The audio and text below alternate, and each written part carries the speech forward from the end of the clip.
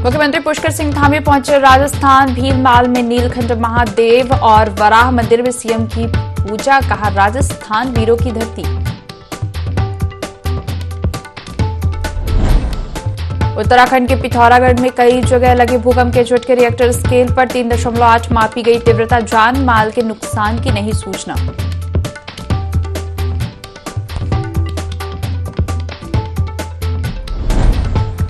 जसपुर के BSB inter college में बहुउद्देशीय शिविर का आयोजन। कई विभागों के अधिकारी रहे मौजूद। लोगों की समस्याओं का मौके पर किया गया निदान।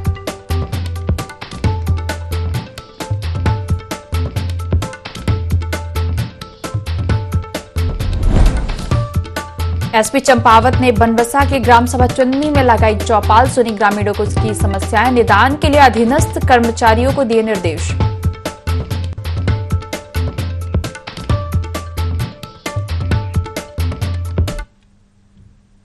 देवभूमि लाइव में आपका स्वागत है। मैं हूं आपके साथ दिव्या तिवारी। बुलेटिन की शुरुआत करेंगे खबरों के साथ। नारसेन पहुंचे भारतीय किसान यूनियन के राष्ट्रीय प्रवक्ता धर्मेंद्र मालिक ने प्रदेश में संगठन कार्यकारिणी का विस्तार किया। उन्होंने कहा कि महेंद्र सिंह टिकैत ने किसानों के हितों के लिए किसान यूनियन बनाई थी, जिससे किसानों के हक के लिए आवाज उठाई जा सके। लेकिन मौजूदा किसान यूनियन बाबा महेंद्र सिंह टिकैत की विचारधारा से अलग चल रही है। उन्हें किसानों के मुद्दों से कोई सरोकार नहीं है। किसान यूनियन में अपना कठिन योगदान देने वाले पदाधिकारियों को सुना नहीं जाता। किसानों के हक के लिए सवाल नहीं उठाए जा रहे हैं। इसलिए बाबा महेंद्र सिंह टिकैत के आदर्शों पर चलकर उनकी विचारधारा के साथ भारतीय किसान यूनियन संगठन का विस्तार किया गया है, जिससे किसानों के साथ खड़े होकर उनको परेशानियों को समझा जा सके। उत्तराखंड प्रदेश में अभी तक किसानों के गन्ना मूल्य घोषित नहीं हो सके हैं। किसानों को उनकी खेती के बारे में कोई जानकारी नहीं दी जा रही है। भारतीय किसान यूनियन अराजनीतिक, जो महेंद्र सिंह टिकैत साहब ने जिसका गठन किया था, उसी विचारधारा को जिंदा रखने के लिए भारतीय किसान यूनियन अराजनीतिक का गठन किया है। और आज हरिद्वार में उसकी जो जिला कार्यकारिणी या पदाधिकारियों को वहाँ पे जिम्मेदारी या प्रभार देना था, आज उनकी घोषणा की है कि ये सब लोग महात्मा महेंद्र सिंह टिकैत जी की विचारधारा के साथ चले थे। ईमानदारी से किसान की बात करने वाले लोग हैं। अपने आप को पीछे कर लिया था। हमने इन सब लोगों से निवेदन किया कि नहीं, चौधरी साहब की विचारधारा को जिंदा रखना है। लड़ाई छोटी हो या बड़ी हो, जिस स्तर से भी होगी, पूर्णतः केवल किसान के लिए काम किया जाएगा। जनपद उधम सिंह नगर के काशीपुर में जल्द चमचमाती हुई सड़कों पर वाहन दौड़ते हुए नजर आएंगे। जी हां, दरअसल काशीपुर क्षेत्र के लोग लंबे समय से सड़कों की दुर्दशा को लेकर परेशान थे, जिसके चलते अब लोक निर्माण विभाग ने सड़कों को सुधारने का फैसला ले लिया है। विभागीय अधिशासी अभियंता अरुण कुमार ने बताया कि क्षेत्र की अधिकतर सड़कों को बेहतर बनाने के लिए काम लगातार जारी है। साथ ही यहां से गुजरने वाले लोगों को कोई परेशानी न हो, इसके लिए शासन को कई प्रस्ताव भेजे गए, जिनके आने पर काशीपुर की सड़कें लोगों को चमचमाती हुई नजर आएंगी।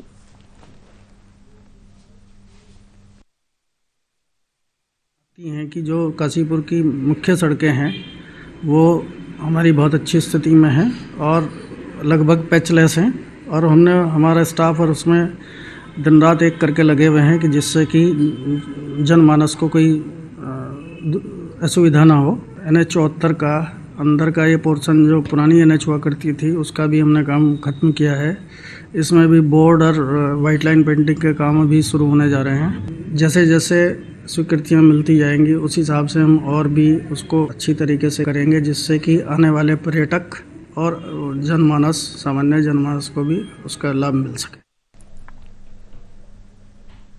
उधम सिंह नगर के खटीमा में वन व्यवसायियों ने वन क्षेत्राधिकारी महेंद्र चंद्र जोशी को ज्ञापन सौंपा और नाप खेत के जब्त प्रकाष्ठ को वन विभाग से अविलंब अवमुक्त कराने, साथ ही आवश्यक दस्तावेज वापस करने की मांग की। ज्ञापन के मुताबिक वन व्यवसायियों द्वारा काश्तकारों से खरीदी गई लकड़ी को वन विभाग ने जांच के बाद सीज कर लिया था।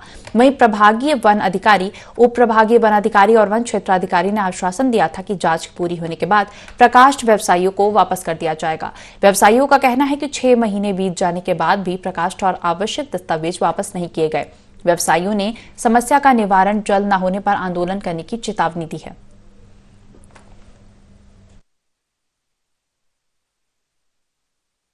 एक्चुअली हमारा जो काम का माल था वो विभाग ने जांच के लिए जब्त किया था, लेकिन सर आज 7 महीने हो गए हैं, हमारे उस जांच में हमारा माल अभी तक रिलीज़ नहीं किया गया है, जबकि हमारा माल अब ख़राब होने लग गया है। तो हम ये चाहते हैं कि हमारा माल जल्द से जल्द रिलीज़ कर दिया जाए, लकड़ी का जो हमारा प्रकास्ट है। एक वानगी में 4/10 कहते हैं खाम का माल था, किसान का माल था, जिसके हमारे पास रमन्ने भी मौजूद थे, जो हमने मौके पर जांच अधिकारियों को प्रस्तुत कर दिया। मेरी जानकारी में है कि ये जो खटीमा सालभोजी का प्रकरण है, ये इसमें जो भी कार्रवाई की गई है, ये भी जांच स्तर पर है और कुछ अभिलेख इसमें जो प्राप्त हुए हैं और कुछ व्यवसायियों के भी अभिलेख प्राप्त नहीं हुए हैं, ऐसा जानकारी मुझे प्राप्त हुई है।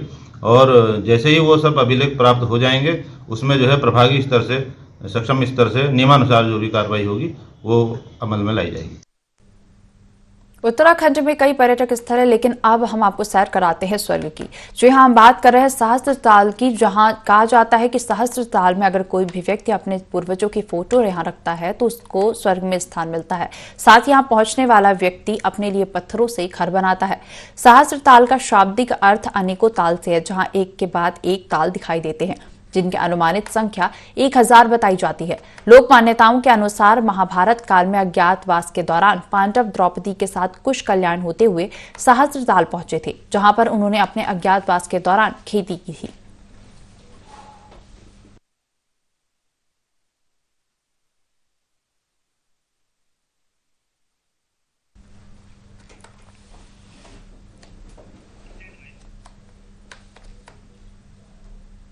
देवभूमि उत्तराखंड में भूकंप के झटके महसूस किए गए हैं। रिक्टर पैमाने पर भूकंप की तीव्रता 3.8 मापी गई है।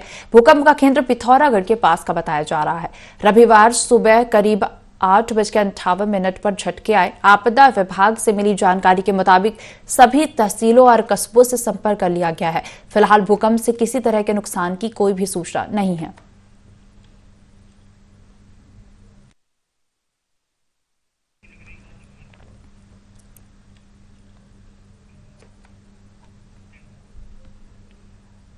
जिस पुण्य नगरी को भगवान शंकर के जटाऊ से निकली गंगा के नाम से जाना जाता है, आज उसी गंगा में फूल नहीं खून की धारा बहती देखी जा सकती है। बता दें कि चारों धाम करने का प्रथम स्थान हरिद्वार है। धर्म नगरी जो कि विश्व के लिए आस्था के केंद्र बिंदु माना जाता है, जहां अभी तक तो मां गंगा के किनारे केवल शराब की बोतलें देखी जा रही थी, लेकिन अब यहां बेजुबान जानवरों को बड़ी बेरहमी के साथ मारकर उनका खून मांस गंगा में बहाया जा रहा है। इस प्रकार करोड़ों लोगों की आस्था को कुचला जा रहा है। वही यह काम राम चौक से दुर्गा चौक के बीच बेखौफ किया जा रहा है।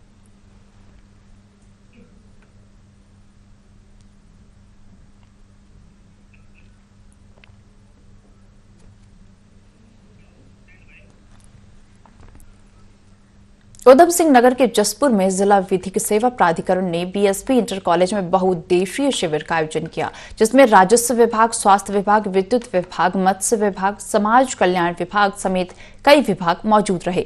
शिविर के माध्यम से क्षेत्र की जनता की समस्याओं का समाधान किया गया। वहीं जिला विधिक सेवा प्राधिकरण सचिव सचिन पाठक ने बताया कि सभी विभाग इस शिविर में मौजूद हैं और हमारा उद्देश्य है कि सभी विभागों को एक ही जगह लाया जाए ताकि लोगों की ज्यादा से ज्यादा समस्या का निदान हो सके। और दूसरा, इस शिविर का उद्देश्य कि लोगों को ज्ञान देना और लोगों को जागरूक करना है।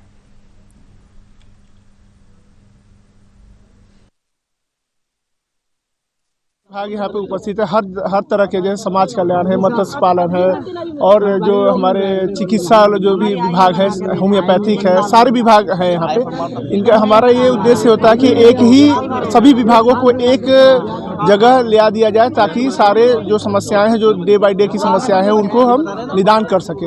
हमारा ये काम है लोगों को शिक्षित करना, लोगों को जागरूक करना, उनके अधिकारों के प्रति जागरूक करना। अगर उनका कोई अधिकार अतिक्रमण होता है तो उनको कैसे उनको रिलीफ मिलेगा, तो उनको न्यायालय में भी न्यायालय आने के लिए अगर कोई व्यक्ति ऐसा है कि जो न्यायालय नहीं आ सकता, तो हमारे यहाँ जो PLV पैरालीगल वॉलंटियर्स, उनके माध्यम से हम न्यायालय में आते हैं और उनको निःशुल्क अधिवक्ता हम प्रोवाइड कराते हैं। 1 रुपया भी फीस नहीं लगती है उनको। ये सारी सुविधाओं के साथ हमारा जिला विधिक प्राधिकरण काम करता है। मुख्यमंत्री पुष्कर सिंह धामी ने प्रदेश में शासकीय कार्यप्रणाली के साथ ही विभिन्न स्तरों पर होने वाले भ्रष्टाचार और गलत कार्यों पर प्रभावी नियंत्रण के निर्देश दिए हैं।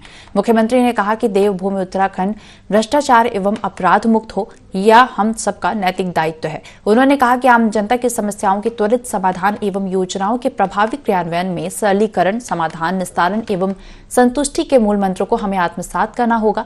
यह हमारे कार्य व्यवहार का हिस्सा बनेगा तो भ्रष्टाचार पर नियंत्रण की राह भी प्रशस्त होगी।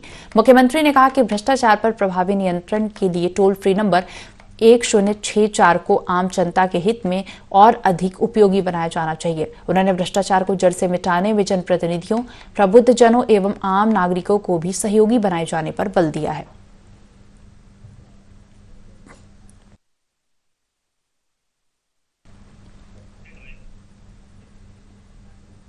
इसके साथ ही रुक करेंगे अगली खबर का, जहां देहरादून में सीएम पुष्कर सिंह धामी एक्शन में दिखे। महत्वपूर्ण बैठक में कड़े निर्देश दिए।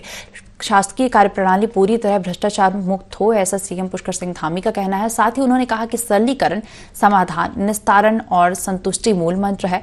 हर अधिकारी इस मंत्र पर काम करे। भ्रष्टाचार पर नियंत्रण के लिए टोल फ्री नंबर 1064 को और ज्यादा प्रभावी बनाएं। साथ ही उन्होंने कहा कि जनप्रतिनिधियों, प्रबुद्ध जनों और आम नागरिकों को सहयोगी बनाएं। सीएम धामी का कहना है कि युवाओं के हक पर टाका किसी हालात में बर्दाश्त नहीं है। मुख्यमंत्री ने सतर्कता इकाइयों के प्रयासों को भी सराहा। मुख्य सचिव ने प्रदेश के सभी अफसरों को सीएम के निर्देश भेजे।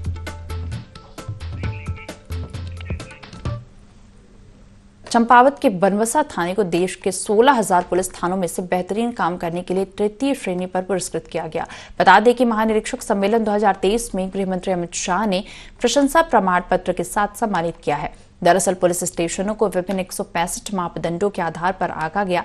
साथ ही पुलिस स्टेशन के बारे में फीडबैक अर्जित करके थानों को पुरस्कृत किया गया।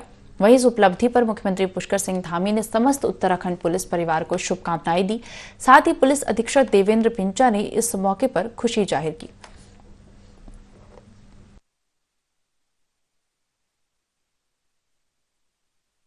एक गौरव का विषय है ये बताते हुए कि कल माननीय गृह मंत्री जी भारत सरकार के द्वारा हमारे जनपद के थाना बनबसा को भारत के 16,000 थानों में तीसरा स्थान देते हुए उनको कल सम्मानित किया गया, जिसमें हमारे एसओ बनबसा ने जाकर वहां पर माननीय मंत्री जी के हाथों से वो पुरस्कार ग्रहण किया है। ये न केवल हमारे लिए बल्कि पूरे जनपद के लिए, पूरा उत्तराखंड पुलिस के लिए गौरव का विषय है, जिसके लिए माननीय डीजीपी महोदय, आईजी महोदय सभी ने इसके लिए हमें बधाई भी दी है।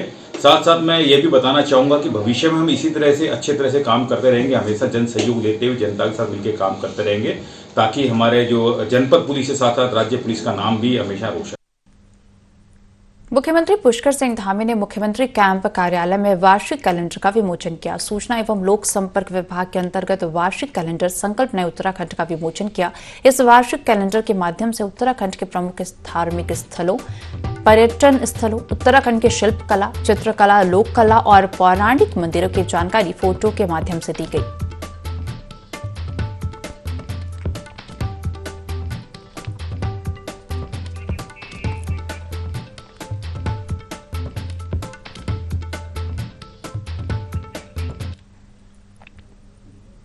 उत्तराखंड के विंटर डेस्टिनेशन औली बर्फबारी से गुलजार है। बर्फबारी से औली में पर्यटकों की आवाजाही बढ़ने लगी है।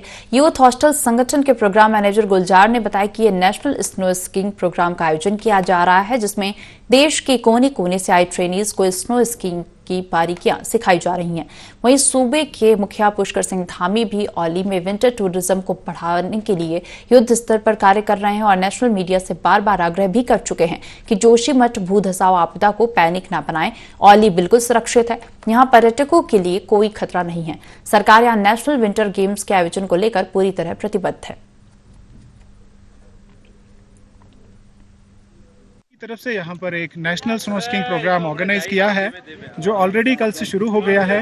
यहाँ ओली में हमारा मिस्टर रविंद्र कंडारी के यहाँ होटल रॉक्स एंड पाइन में हमारा बेस कैंप है और हमारे participants different parts of the country से आ चुके हैं और स्कीइंग सीख रहे हैं, एंजॉय कर रहे हैं। आप भी अगर आना चाहते हैं आप आ जाइए, हम आपको स्कीइंग सिखाएंगे और आइए अपने इस विंटर को स्नो के साथ एक मेमोरेबल, एक अच्छा सा विंटर का सेलिब्रेशन आप यहाँ पर कर सकते हैं। मैंने भी सुना था जोशीमठ के बारे में, बट यहाँ पे आने के बाद पता चला वैसा कुछ भी नहीं है। But I am enjoying thoroughly and you guys also check out. That's it. Chandigarh से हूँ और मैं YHI एक ग्रुप है, इसके साथ मैं तकरीबन 4-5 साल से पिछले मैं सारे प्रोग्राम करता रहा हूँ। तो अब की बार ये औली का स्की प्रोग्राम हुआ है, फर्स्ट टाइम हुआ है। सभी जो भी औली में जो आने की सोच रहे थे, जितने भी स्की लवर्स, वो आ सकते हैं इसके अंदर। और इस टाइम बहुत ज़्यादा बर्फ़ है यहाँ पर और स्की का प्रोग्राम बहुत बढ़िया हो रहा है। विंटर का गेम भी यहाँ पर होने वाला है राष्ट्रीय स्तर का अगले माह फरवरी में, और कुछ समय बाद हमारी चार धाम यात्रा भी शुरू होने वाली है। इसलिए इस प्रकार का जो वातावरण एक बहुत ज़्यादा ये बनाया जा रहा है कि पूरा उत्तराखंड खतरे में आ गया है। लोगों ने यहाँ बताया भी है, आप सब लोग भी देख रहे हैं, मीडिया के बंदे भी देख रहे हैं। उस पर थोड़ा हम ये कोशिश करेंगे आगे से कि जो इकोलॉजी और इकोनॉमी दोनों का संतुलन बना रहे। चंपावत में बीजेपी ने जिले के सभी नवनियुक्त मंडल अध्यक्षों का स्वागत समारोह कार्यक्रम रखा, जिसमें सभी नवनियुक्त मंडल अध्यक्षों का स्वागत किया गया। इस दौरान भाजपा जिलाध्यक्ष निर्मल मेहरा ने सभी मंडल अध्यक्षों और भाजपा कार्यकर्ताओं से पार्टी को मजबूत करने के साथ साथ ईमानदारी से कार्य करते हुए विकास की गति को बढ़ाने और सरकार द्वारा चलाई गई योजनाओं को जिले के अंतिम छोर में बैठे व्यक्ति तक पहुंचाने की बात कही। इस दौरान जिलाध्यक्ष निर्मल मेहरा ने कहा कि जल्द जिले की सभी मंडल कार्यकारिणी का गठन कर लिया जाएगा। इस दौरान विभिन्न बीजेपी कार्यकर्ता सहित अन्य लोग मौजूद रहे।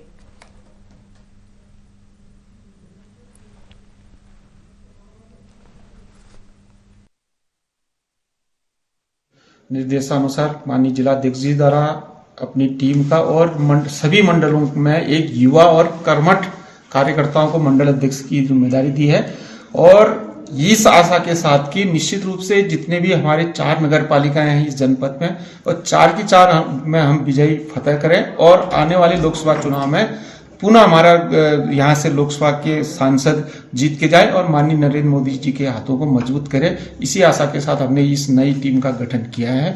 भारतीय जनता पार्टी हर वक्त चुनावी मोड में रहती है।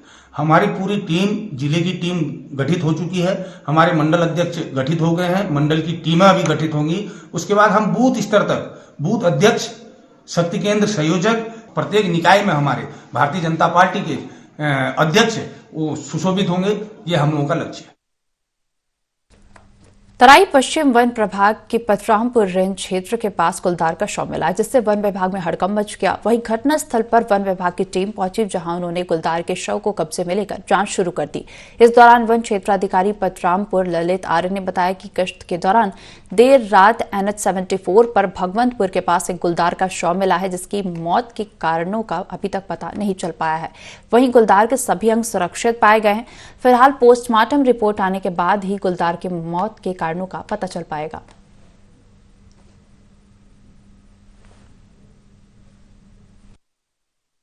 रात में रूटीन चेकिंग वगैरह में, तो रात को जो है लगभग 3-3:30 बजे के आसपास में हम भगवंतपुर रोड पर थे नेशनल हाईवे में, तो एक गुलदार का शव मृत पाया गया। इसको देखने से जो है कुछ मौत के कारण का स्पष्ट पता नहीं चल पाया।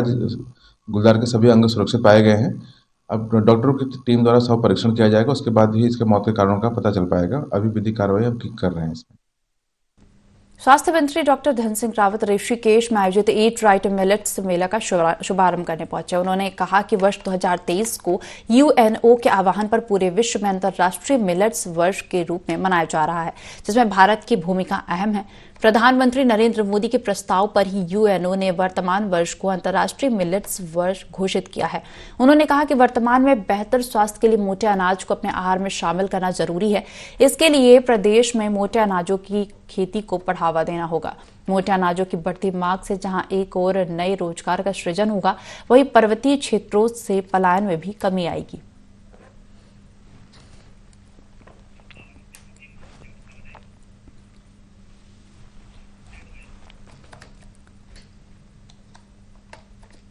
चंपावत में पिछले 3 महीने से बारिश न होने से किसानों को मुसीबतों का सामना करना पड़ रहा है। किसानों की फसलें पूरी तरह से सूख चुकी हैं।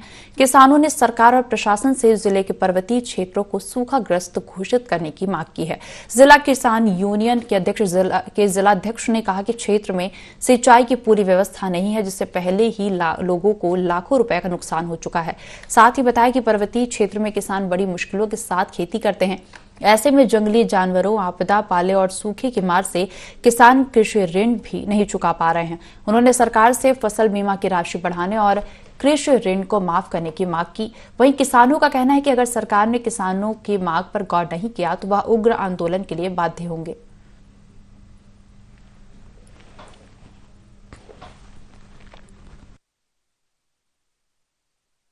पिछले 3 महीने से बारिश की एक बूंद भी नहीं हुई और ये पहाड़ी क्षेत्र का एक सबसे बड़ा पिछड़ने का सबसे बड़ा कारण है कि कभी यहाँ अतिवृष्टि होती है तो कभी सूखाग्रस्त होता है। आप देख रहे हैं कि सूखा पड़ा हुआ है। मैंने इससे पहले भी एक दो बार पेपरों के माध्यम से ये याद दिलाने गवर्नमेंट तक ये पहुंचाने की बात की कि यहाँ पर जो है गेहूं की फसल हो, चाहे लोगों का जो इस समय सब्जियां होती हैं, प्याज लहसुन है, तो हम ये मांग करते हैं कि लोगों को इसका गवर्नमेंट को इस ओर ध्यान देना चाहिए और लोगों की समस्याओं को जो है ध्यान में रखते हुए उस पर जो है अमल करना चाहिए। किसानों ने लोन लिया है, सबसे पहले वो माफ। दूसरी बात, जो इस समय किसानों ने कैश क्रॉप लगा रखी है अपने खेतों में, वहाँ वो पूरी तरह सूख गया है। जो भी पूरा इलाका चंपावत जिले की मैं बात करूंगा, तराई को छोड़कर, तो वहाँ जो ये किसान है जो लोन धारक है, इनको सहायता मिलनी चाहिए। पूरा चंपावत में FSSO श्याम बहादुर थापा के नेतृत्व में फायर कर्मियों ने मॉक ड्रिल आयोजित की, जिसमें राजस्व निरीक्षक और उप निरीक्षकों को आग लगने की घटना पर अग्निशमन उपायों की जानकारी दी गई। साथ ही साथ अग्निशमन और आपदा उपकरणों की कार्यशैली से अवगत कराया गया।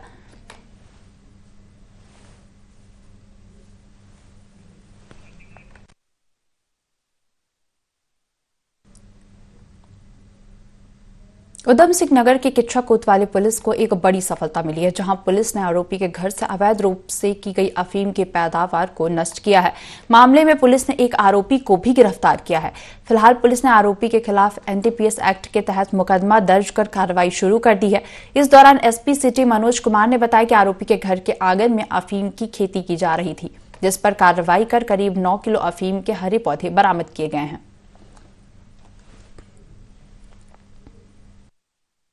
के निर्देशों पे लगातार 2025 तक उत्तराखंड को नशा मुक्त उत्तराखंड बनाने के उद्देश्य से हम लोग काम कर रहे हैं। इसी क्रम में एक बड़ी सफलता किच्छा पुलिस को मिली है, जिसमें CO किच्छा और इंस्पेक्टर किच्छा के नेतृत्व में अफीम की खेती की एक खेप हम लोगों ने बरामद की है, जिसमें एक अभियुक्त को गिरफ्तार किया है और इसमें लगभग 9.25 किलो पौधे हम लोगों ने हरे पौधे बरामद किए हैं। इन पौधों से यदि अफीम बनाई जाती तो उसमें कम से कम 3 किलो अफीम इससे बन सकती थी, और ये अफीम के अलावा बाकी भी इस पौधे के बाय प्रोडक्ट्स जो हैं वो भी नशे के तौर पे इस्तेमाल होते हैं। और इस प्रकार से बड़ा खुलासा किया गया है और इसमें और भी क्षेत्र में जानकारी की जा रही है इनके संबंध में, और साथ में अपराधी के बैकवर्ड और फॉरवर्ड लिंकेजेस हम लोग खंगाल रहे हैं। इनका एनालिसिस किया जा रहा है, प्रॉपर्टी की डिटेल्स भी हम लोग जुटा रहे हैं कि ये लोग कब से इस व्यवसाय में थे और कितना पैसा और कितनी संपत्ति अर्जित कर चुके हैं। तो इसमें इन्वेस्टिगेशन में हर बिंदु पे इसमें कार्रवाई की जाएगी। इस बुलेटिन में फिलहाल इतना ही। बने रहिए इंडिया 24 के साथ।